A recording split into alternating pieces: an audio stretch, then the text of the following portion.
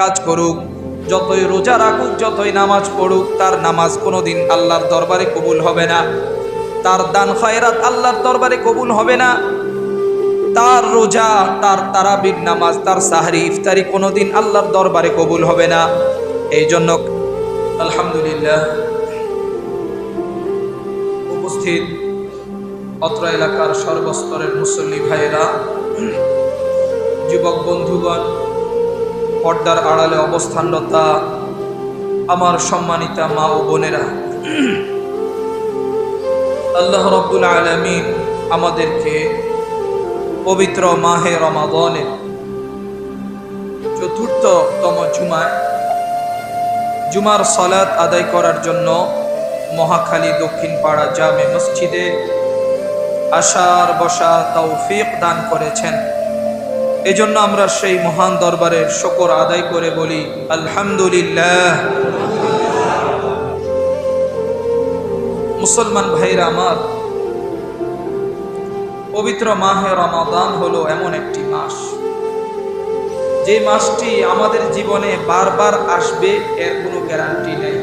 Guarantee আছে?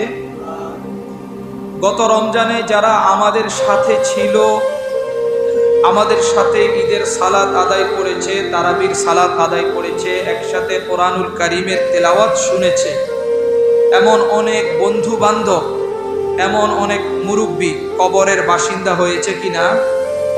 আওয়াজ দিয়ে বলতে হবে, হয়েছে কিনা?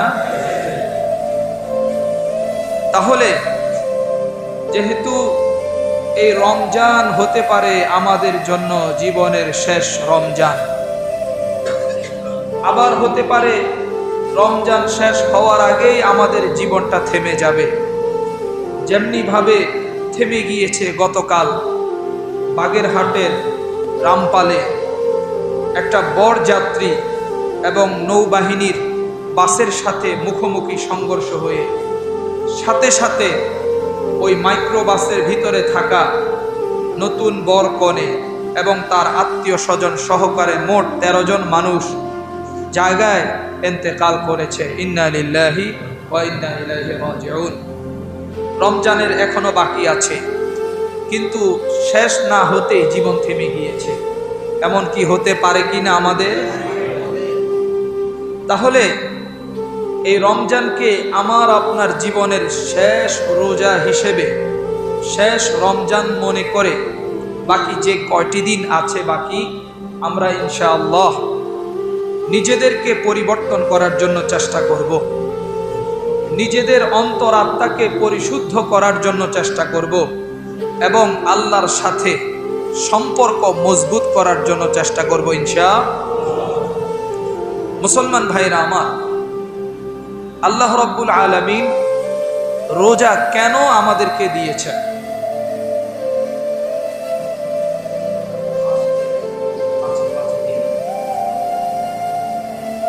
এই যে পবিত্র মাহে রমাদান কেন আল্লাহ রাব্বুল আলামিন আমাদের উপরে ফরজ করে দিয়েছেন? কেন? লক্ষ্য কি, উদ্দেশ্য কি,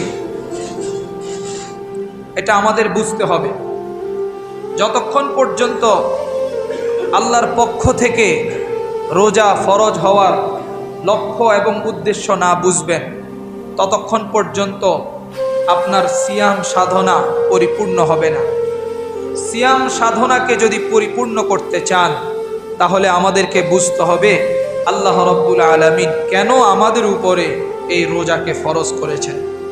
আল্লাহ রাব্বুল আলামিন কোরআনুল কারীমের সূরা আল বাকারার 183 নম্বর আয়াতের মধ্যে নিজেই স্পষ্ট করে বলে দিয়েছেন, ইয়া আইয়ুহাল্লাযীনা আমানু কুতিবা আলাইকুমুস সিয়ামু কামা কুতিবা আলাল্লাযীনা মিন ক্বাবলিকুম লাআল্লাকুম তাত্তাকুন। মুসলমান ভাইরা আমার, আল্লাহ রাব্বুল আলামিন বলেন, হে ঈমানদারগণ, আমি তোমাদের উপরে রোজাকে ফরজ করে দিয়েছি এবং তোমাদের পূর্ববর্তীদের উপরেও আমি এই রমজান মাসের রোজাকে ফরজ করে দিয়েছি। আল্লাহ রাব্বুল আলামিন কেন মানুষের উপরে রোজাকে ফরজ করে দিয়েছেন?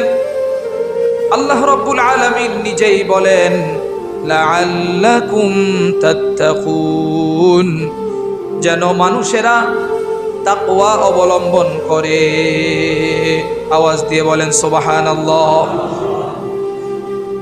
এই আয়াতের ব্যাখ্যায় মুফাসসিরগণ বলেন, মানুষের উপরে রোজা ফরজ হওয়ার মূল তিনটি কারণ রয়েছে। এক নম্বর কারণ হলো মানুষ যেন রমজান মাসে নিজের নফসকে নিয়ন্ত্রণ করে। কারণ হলো আমার ভাইরা, শয়তানকে এবং দুষ্ট জিনকে আল্লাহ রাব্বুল আলামিন রমজানের কারণে বেঁধে রেখেছেন শিকল দিয়ে, কিন্তু আমাদের ভিতরে যেই নফসটা আছে এই নফসটাকে কিন্তু আল্লাহ তাআলা বেঁধে রাখেননি। নফস আমাদেরকে সবসময় চাহিদার দিকে নিয়ে যায়, কামনা বাসনার দিকে নিয়ে যায়। এগুলো কোনো খারাপ জিনিস নয়, কিন্তু যখন আল্লাহ রাব্বুল আলামিন যেই সীমানা এঁকে দিয়েছেন ওই সীমানাকে অতিক্রম করবে, তখন কিন্তু এই নফসের দ্বারা আপনি পরিচালিত হয়ে আপনি গুনাহের দিকে ধাবিত হয়ে যাবেন। যার কারণে আল্লাহ রাব্বুল আলামিন বলেন, এরে গোলাম, আমি তোমাদের উপরে রমজান মাসকে ফরজ করে দিয়েছি, তোমরা যেন রমজান মাসে দিনের বেলায় নিজেদের নফসকে নিয়ন্ত্রণ করো।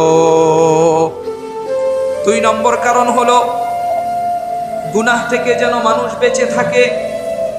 সারাদিন রোজা রাখার কারণে মানুষ শারীরিকভাবে দুর্বল হয়ে যায়, নফসের দিক থেকেও দুর্বল হয়ে যায়।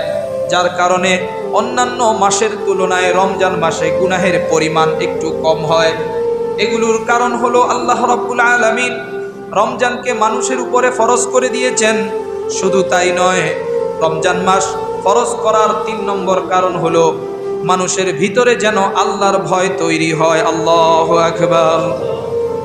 বাস্তব উদাহরণ হলো, আপনি একা ঘরের ভিতরে আছেন, আপনার মা নাই, আপনার বাবা নাই, আপনার স্ত্রী নেই, বন্ধু বান্ধব কেউ নাই, একা রুমের ভিতরে আপনি যদি চিন্তা করেন আমি 1 গ্লাস পানি পান করব, কেউ দেখবে না, কেউ জানবে না, কেউ বুঝবে না।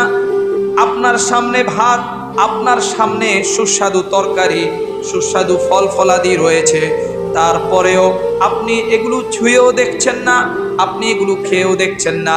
বলেন তো কার ভয়?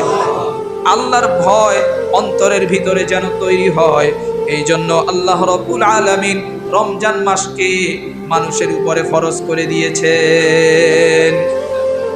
মুসলমান ভাইরা আমার, হযরত আলী রাদিয়াল্লাহু তাআলা আনহু চমৎকার একটি কথা বলেছেন। তিনি বলেন, লাইসাস সিয়ামু মিনাত তাআমি ওয়াশ-শারাব ওয়ালাকিন মিনাল কাযিবি ওয়াল বাতিল। হযরত আলী বলেন, রোজা শুধু খাবার এবং পানীয় ত্যাগ করার নাম নয়, বরং রোজা হলো যত মিথ্যা, যত বাতিল, যত অন্যায় আছে সব কিছু থেকে আল্লাহর জন্য বেঁচে থাকার নাম। আল্লাহু আকবার। মুসলমান ভাইরা আমার, এই আয়াত এবং হযরত আলী রাদিয়াল্লাহু তাআলা আনহুর কথার মাধ্যমে আমরা জানতে পারলাম, বুঝতে পারলাম, শুধু ক্ষুধা পিপাসা সহ্য করা এটা রোজা না, বরং রোজা হলো আল্লাহর ভয়, আল্লাহর তাকওয়া অন্তরের ভিতরে তৈরি করা। কিন্তু একটা প্রশ্ন আমাদের ভিতরে জাগ্রত হয়, প্রশ্নটা হলো, সব রোজাদারের রোজা কি আল্লাহ তাআলা কবুল করবেন কিনা? কত মানুষ তো রোজা রাখে, কিন্তু রোজা রাখার পরেও যদি আল্লাহ রাব্বুল আলামিন সেই রোজা কবুল না করেন, তাহলে তো আমাদের আর কোনো উপায় থাকবে না। এই জন্য উলামায়ে কেরাম বলেছেন, কোনো ব্যক্তির রোজা আল্লাহর দরবারে কবুল হয়েছে কিনা সেটা জানতে হলে 4টি শর্ত আমাদেরকে পূরণ করতে হবে। এই 4টি শর্ত যেই ব্যক্তি পূরণ করবে, আল্লাহ চাহে তো ওই ব্যক্তির সিয়াম সাধনা রোজা আল্লাহর দরবারে কবুল হয়ে যাবেন। জোরে বলেন সুবহানাল্লাহ। সেই 4টি শর্তগুলো কি কি খুব খেয়াল করে শুনেন। রোজা কবুল হওয়ার জন্য 1 নম্বর শর্ত হলো ঈমান। যার ভিতরে ঈমান নাই, সে যতই আমল করুক, যতই ভালো কাজ করুক, যতই রোজা রাখুক, যতই নামাজ পড়ুক, তার নামাজ কোনোদিন আল্লাহর দরবারে কবুল হবে না। তার দান খয়রাত আল্লাহর দরবারে কবুল হবে না। তার রোজা, তার তারাবির নামাজ, তার সাহরি ইফতারি কোনোদিন আল্লাহর দরবারে কবুল হবে না। এই জন্য কাফের মুশরিকরা অনেক সময় অনেক ভালো কাজ করে, অনেক মানবতাপূর্ণ কাজ করে, কিন্তু সেই কাজের বিনিময়ে আল্লাহ রব্বুল আলামিন তাদেরকে পরকালে দিবেন না। কারণ হলো তাদের ভিতরে ঈমান নাই, তাদের ভিতরে ঈমান নাই। কোরআনুল কারীমের সূরা তাওবার 54 নম্বর আয়াতের মধ্যে আল্লাহ রব্বুল আলামিন বলেন, ওয়ামা মানাআহুম আন তুকবালা মিনহুম নাফাকাতুহুম ইল্লা আন্নাহুম কাফারু বিল্লাহি ওয়া বিরাসূলিহি। মুসলমান ভাইয়েরা আমার, রব্বুল আলামিন বিশ্বনবীকে বলেন, ওগো বিশ্বনবী, আপনি কি জানেন ওই কাফের মুশরিকদের দান খায়রাত, তাদের ভালো কোনো কাজ আমি আল্লাহ কেন কবুল করি না, কেন গ্রহণ করি না? পয়গম্বর সাল্লাল্লাহু আলাইহি ওয়াসাল্লাম বলেন, না না আল্লাহ, সেটা তো আপনি ভালো জানেন, আমি তো কিছুই জানি না।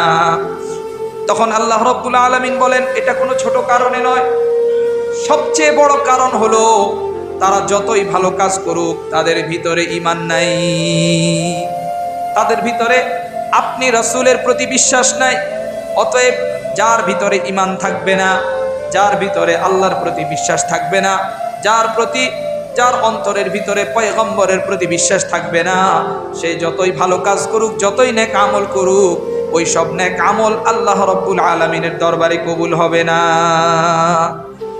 শুধু তাই নয় মুসলমান ভাইরা আমার, কোন ব্যক্তির ঈমান আছে কিন্তু ঈমানটা যদি শিরিক মিশ্রিত হয়, তবুও সেই ব্যক্তির আমল আল্লাহর দরবারে কবুল হবে না। আল্লাহ রাব্বুল আলামিন বলেন, ওয়ামা ইউমিনু আকসারুহুম বিল্লাহি ইল্লা ওয়া হুম মুশরিকুন। অধিকাংশ মানুষ ঈমান আনবে আল্লাহর প্রতি, কিন্তু তার ঈমানটা শিরিক মিশ্রিত হওয়ার কারণে আল্লাহ রাব্বুল আলামিনের দরবারে তার কোনো নেক আমল কবুল হবে না। এই জন্য ঈমানকে পরিশুদ্ধ রাখতে হবে, ঈমানকে স্বচ্ছ রাখতে হবে, ঈমানকে শিরিক মুক্ত রাখতে হবে। তাহলে যেই ব্যক্তি এই শর্তটা মেনে রোজা পালন করবে, নামাজ আদায় করবে, দান খায়রাত করবে, তার নেক আমল কবুল করবেন কে? আওয়াজ দিয়ে বলেন। সেই মহান আল্লাহ তার নেক আমল, তার আমল কবুল করবেন। মুসলমান ভাইয়েরা আমার, 2 নম্বর শর্ত হলো ইখলাস। ইখলাস কাকে বলে? ইখলাস হচ্ছে একমাত্র আল্লাহর জন্য করা, আল্লাহ ছাড়া কোনো গায়রুল্লাহর জন্য না করা, এটাই হলো ইখলাস। এই জন্য সহিহ বুখারীর 1 নম্বর হাদিসের মধ্যে আল্লাহর পয়গম্বর বলেন, ইন্নামাল আ'মালু বিন্নিয়াত। প্রত্যেকটা মানুষের কর্মফল ভালো হবে না খারাপ হবে সেটা নির্ধারিত হবে ব্যক্তির নিয়তের উপরে। ব্যক্তি যদি রোজা রাখে সমাজকে দেখানোর জন্য, ব্যক্তি যদি রোজা রাখে মানুষকে দেখানোর জন্য, মানুষ তাকে রোজাদার বলবে, এই নিয়তে কেউ যদি রোজা রাখে, ওই ব্যক্তির রোজা কোনোদিন আল্লাহর দরবারে কবুল হবে না। এই জন্য রোজা রাখতে হবে কার সন্তুষ্টির জন্য? আওয়াজ দিয়ে বলেন। একমাত্র আল্লাহ রাব্বুল আলামিনের সন্তুষ্ট ছাড়া অন্য কোনো ব্যক্তির সন্তুষ্টির জন্য কিংবা গায়রুল্লাহর সন্তুষ্টির জন্য কেউ যদি সিয়াম পালন করে, ওই সিয়াম সাধনা শুধু ব্যক্তিকে কষ্ট দিবে, কিন্তু পরকালে তার কোনো মূল্য আল্লাহর কাছে নাই। রোজা কবুল হওয়ার 3 নম্বর শর্ত হলো আমলটা হতে হবে রাসূলের সুন্নত অনুযায়ী। রাসূলের সুন্নত অনুযায়ী ছাড়া ব্যক্তি যদি নিজের নফসের চাহিদা মোতাবেক আমল করে, তাহলে ওই ব্যক্তির রোজা, ওই ব্যক্তির আমল, ওই ব্যক্তির নামাজ, ওই ব্যক্তির দান খায়রাত কোনোদিন আল্লাহ কবুল করবেন না। আল্লাহ রাব্বুল আলামিন বলেছেন, তোমরা আতিম্মুস সিয়ামা ইলাল লাইল, তোমরা সুবহ সাদেক থেকে শুরু করে মাগরিবের আগ মুহূর্ত পর্যন্ত তোমরা তোমাদের রোজাকে পরিপূর্ণ করো।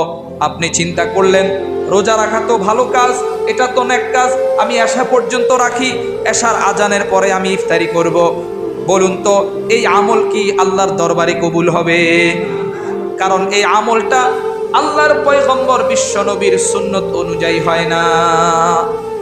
আল্লাহর নবীর সুন্নত অনুযায়ী যে আমলটা হবে সেটাই একমাত্র আল্লাহর কাছে গ্রহণযোগ্যতা লাভ করবে।